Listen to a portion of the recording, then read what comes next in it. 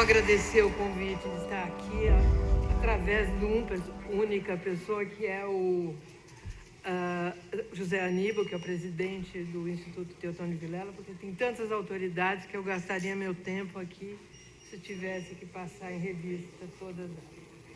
Eu gostaria de dizer para vocês que as duas falas, três, o Furlan, José Aníbal e agora o nosso representante do Ministério das Cidades, tiveram uma apresentação extremamente calorosa para uma questão que nós ainda precisamos conquistar, que é a nossa cidadania metropolitana. O que é uma cidadania metropolitana? É buscar entender como é que nós vivemos na metrópole.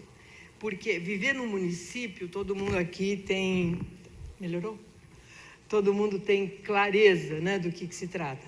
Mas viver numa metrópole é algo muito mais forte e muito mais contemporâneo.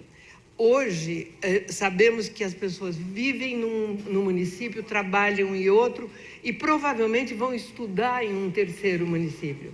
Então, tem questões que não se resolvem mais a nível municipal. Entender isso é fundamental para que nós possamos realmente ganhar, né, essa cidadania metropolitana. O José Aníbal já deu uns dados impressionantes, quer dizer, os dados sobre São Paulo, quando nós comparamos com as outras metrópoles brasileiras, eles são muito impressionantes. Quer dizer, é um território que congrega 21 milhões de pessoas, né? Mais do que os 21 milhões de pessoas, é um território que a cada hora 30 pessoas ainda entram para viver nesse território metropolitano de São Paulo. E praticamente 60% do PIB do estado de São Paulo é produzido dentro desse território. 18% ou quase já 20% do PIB nacional é produzido aqui. Quer dizer, essa força econômica, essa força propulsora que o estado de São Paulo, que a metrópole de São Paulo possui, ela tem um contraponto. Esse contraponto é provavelmente o nosso enorme desafio.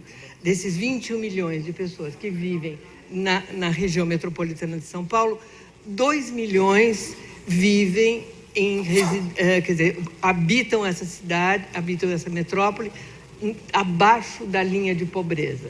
Quer dizer, residem em espaços que são considerados precários. A ideia de trazer esses 2 milhões para dentro, né, da pujança da metrópole é provavelmente o grande desafio que nós temos. Agora, tem uma questão que eu, como professora universitária, vou tentar passar para vocês sem fazer um caminho muito longo.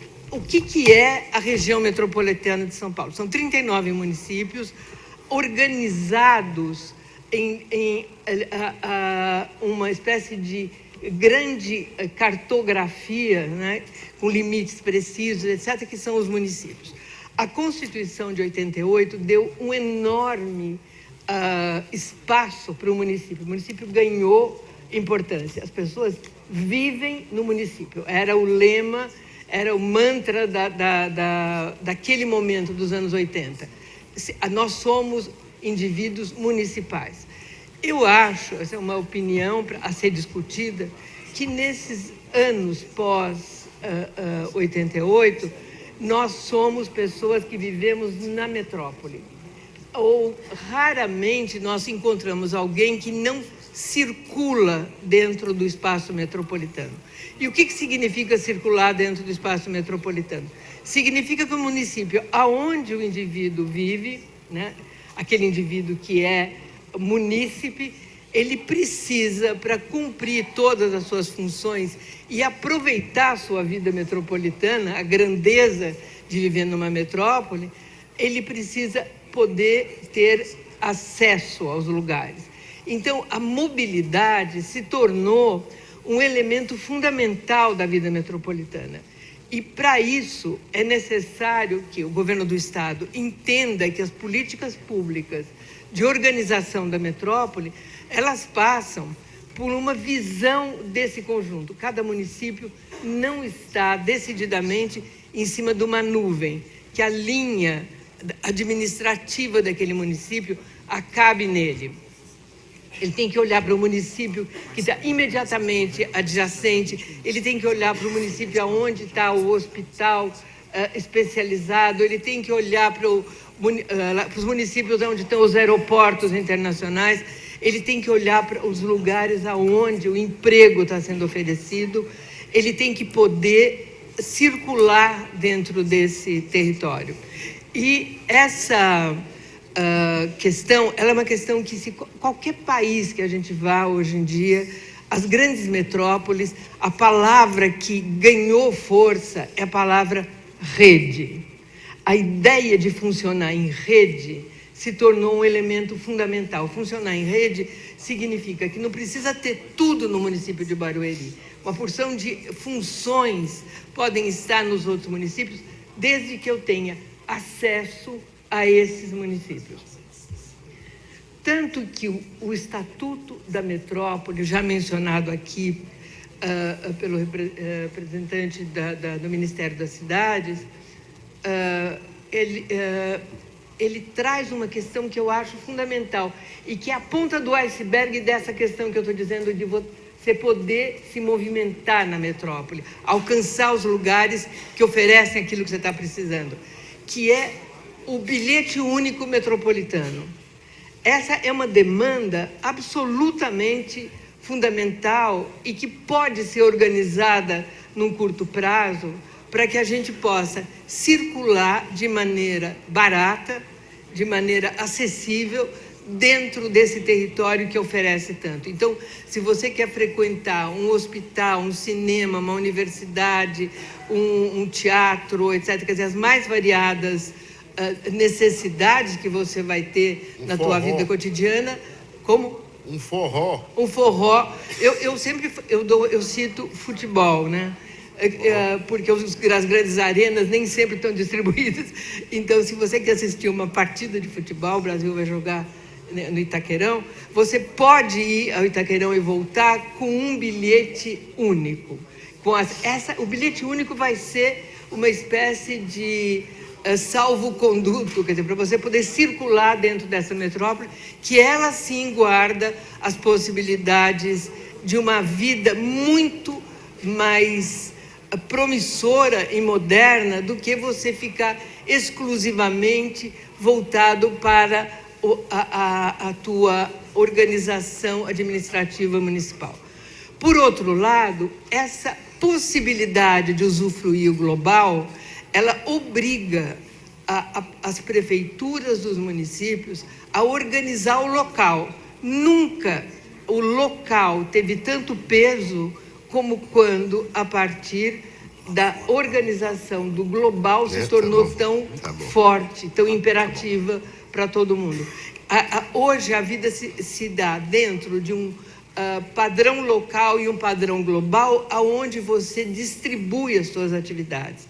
Então, hoje cabe às prefeituras, no momento de fazer os seus planos diretores, olhar para fora, olhar para quais são as possibilidades que a metrópole está oferecendo, olhar para aqueles municípios imediatamente adjacentes para partir para utilizar elementos das políticas públicas e, inclusive, dos instrumentos que estão disponíveis no Estatuto da Metrópole, que você possa fazer consórcios voltados para questões de saneamento básico, de abastecimento de água, de segurança, das mais variadas questões que afetam diretamente o município. E o poder fazer com que o Estado, aí realmente é uma política de Estado, ofereça as condições de você procurar a circulação e o acesso a tudo aquilo que a metrópole oferece fora do contexto estritamente municipal. Essa questão traz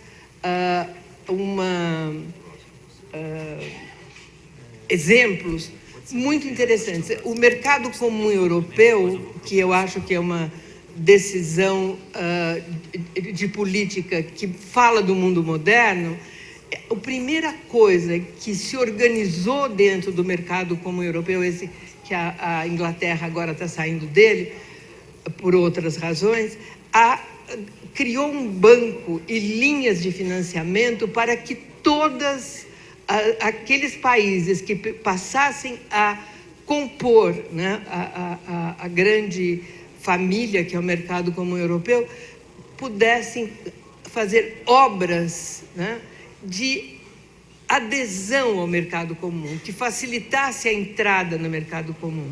Facilitar a entrada significava criar situações novas de convívio, de utilização desse território como se ele fosse, eu não digo uma grande cidade no caso do mercado comum, mas um território acessível a todos esses países. No caso da metrópole de São Paulo, a organização, por exemplo, agora recentíssima, de um centro de atendimento aos pacientes com câncer, dentro de um padrão completamente novo, lá funcionando, no caso é no Hospital Sírio-Libanês, mas o Einstein também está fazendo, é uma possibilidade de um munícipe sair de uma região distante e ter esse atendimento dentro da sua metrópole, da metrópole da qual ele participa. Esse é um serviço que dificilmente vai se reproduzir dentro de todo o contexto metropolitano. Por outro lado, o ensino técnico, por exemplo, ele realmente vai poder estar distribuído nos municípios e ganhar com isso uma organização interna que faz com que aquele município seja atraente, né, para esse capital privado que o representante do Ministério das Cidades acabou de mencionar. Quer dizer, o município ele tem que se aparelhar para se tornar atraente do ponto de vista desse capital privado que vai procurar municípios onde há um equilíbrio econômico-social maior, municípios onde a violência, por exemplo, tem níveis baixos, né? Ela está mais ou menos, ela está controlada. Então, tudo aquilo que sobra para o prefeito organizar e quase que vender o seu município, vamos dizer assim, para a competição dessa organização econômica que vem buscar aquilo que aquele município oferece de maneira exemplar.